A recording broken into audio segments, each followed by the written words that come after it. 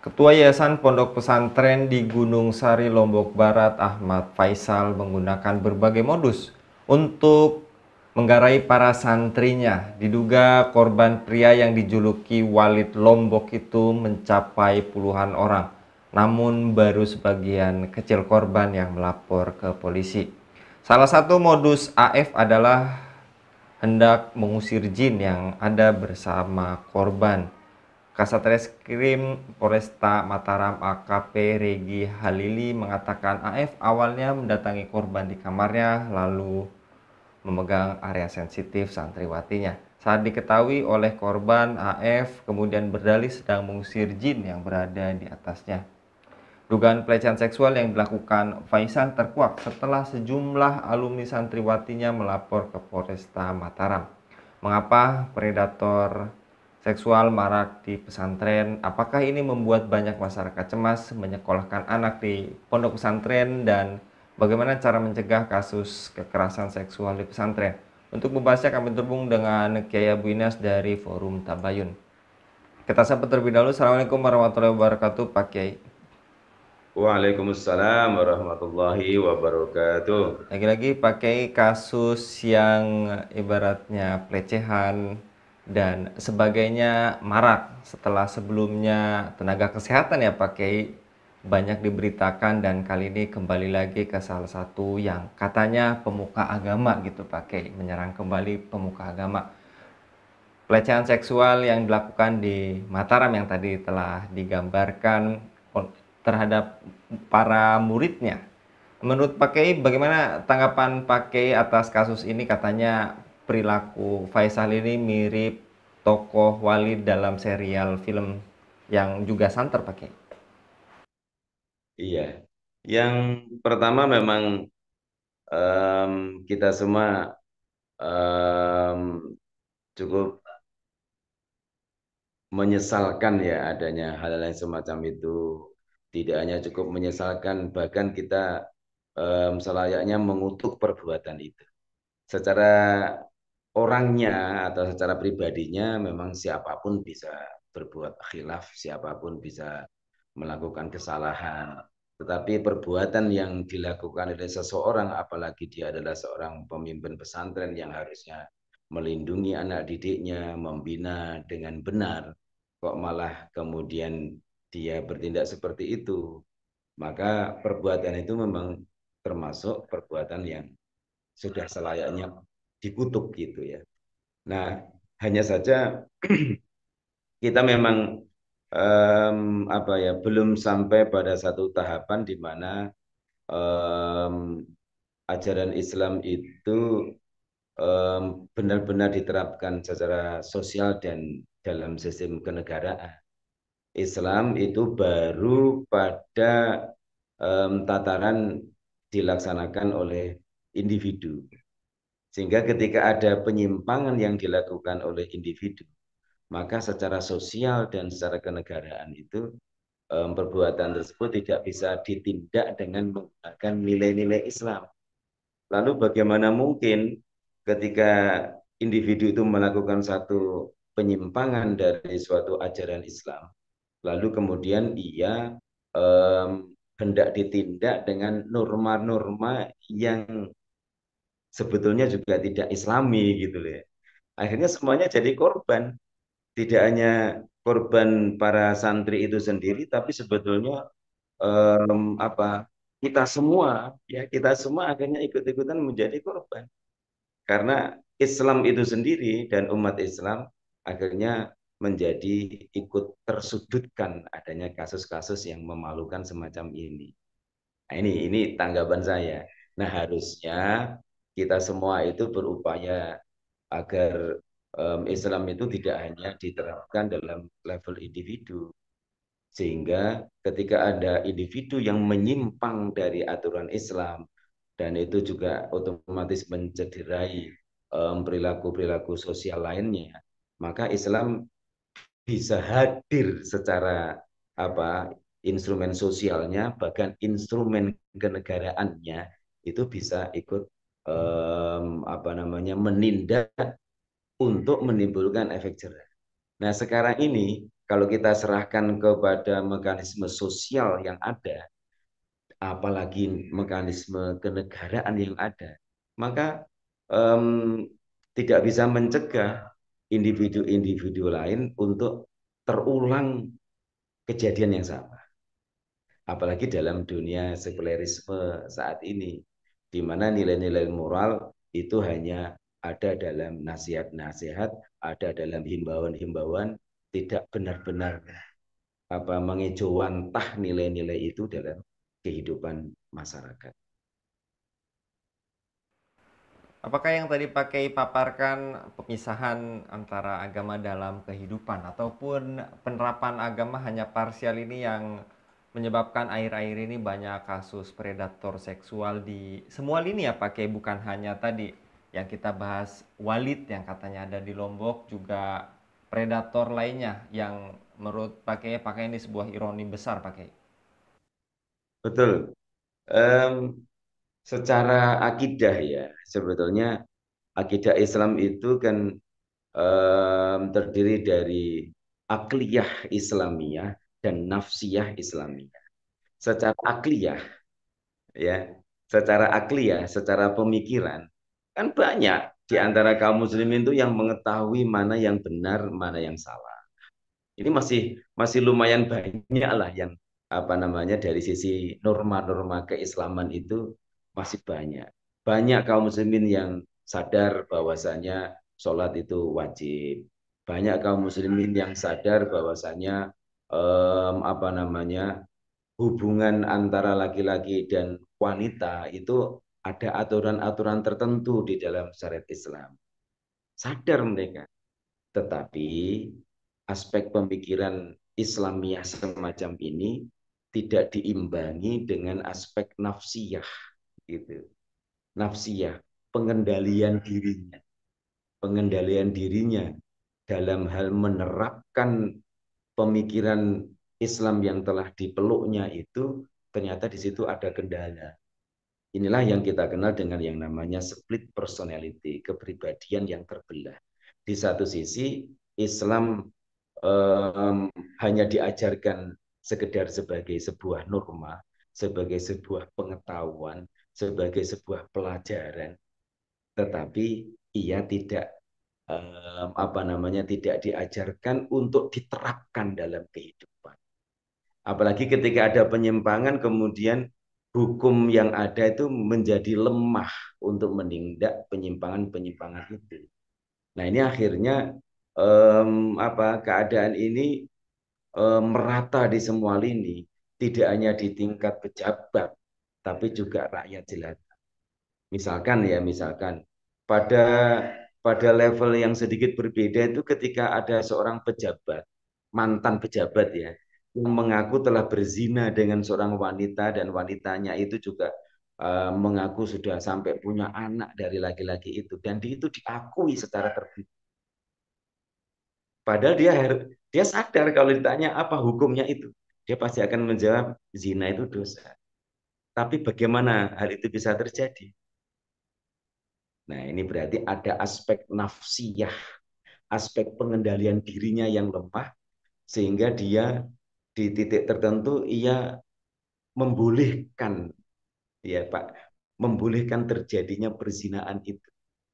Nah, sedangkan sistem sosial yang ada saat ini, kalau kalau mereka suka sama suka kan dianggap transaksi yang legal. Padahal dalam sistem Islam, apakah itu dilakukan dengan rela, dengan suka sama suka, atau dilakukan dengan paksaan oleh pihak laki-laki, atau sebaliknya bisa jadi terjadi dilakukan secara paksaan oleh pihak wanita, itu kan haram. Nah, konsistensi pada pada hal ini yaitu kesatuan antara pengetahuan bahwa sesuatu itu haram dan komitmen untuk menerapkannya dalam kehidupan sehari-hari serta mengikatkan dirinya pada norma, itulah yang akan mengendalikan seseorang agar tidak sampai terjadi hal semacam itu.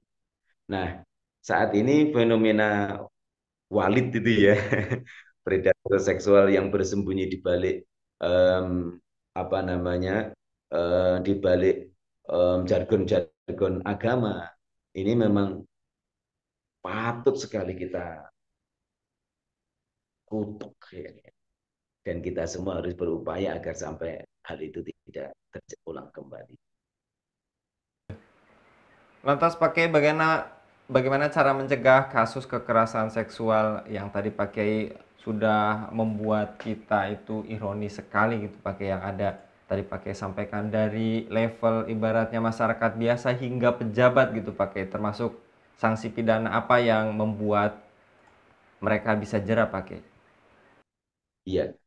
Em, Kalau kita merujuk kepada Al-Quran dan juga kita merujuk kepada hadis-hadis Nabi dan apa yang telah pernah dilakukan oleh Rasulullah dan juga dilakukan oleh para khalifah-khalifah sesudahnya, maka em, hukuman yang paling layak untuk diterapkan agar menimbulkan efek jera ya di kemudian hari itu haruslah hukum yang sesuai dengan tindakan masing-masing perbuatan itu sesuai dengan hukum Islam. Kalau pelakunya itu orang yang sudah berkeluarga, sudah pernah merasakan pernikahan, maka apa namanya lelaki yang melakukannya itu dan termasuk wanita yang melakukannya, walaupun itu atas dasar suka sama suka kalau sudah menikah, maka hukum Allah harus diterapkan padanya, yaitu dirajam sampai mati.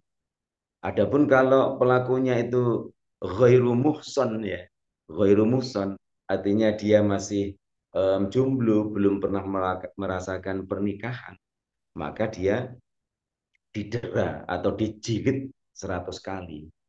Kalau itu dilakukan oleh pasangan laki-laki wanita yang sebetulnya saling mencintai, tetapi itu sampai terjadi perzinahan, sampai terjadi aktivitas seksual di antara mereka berdua, selain mereka berdua didera 100 kali, maka kemudian keduanya dipisahkan, ya dipisahkan.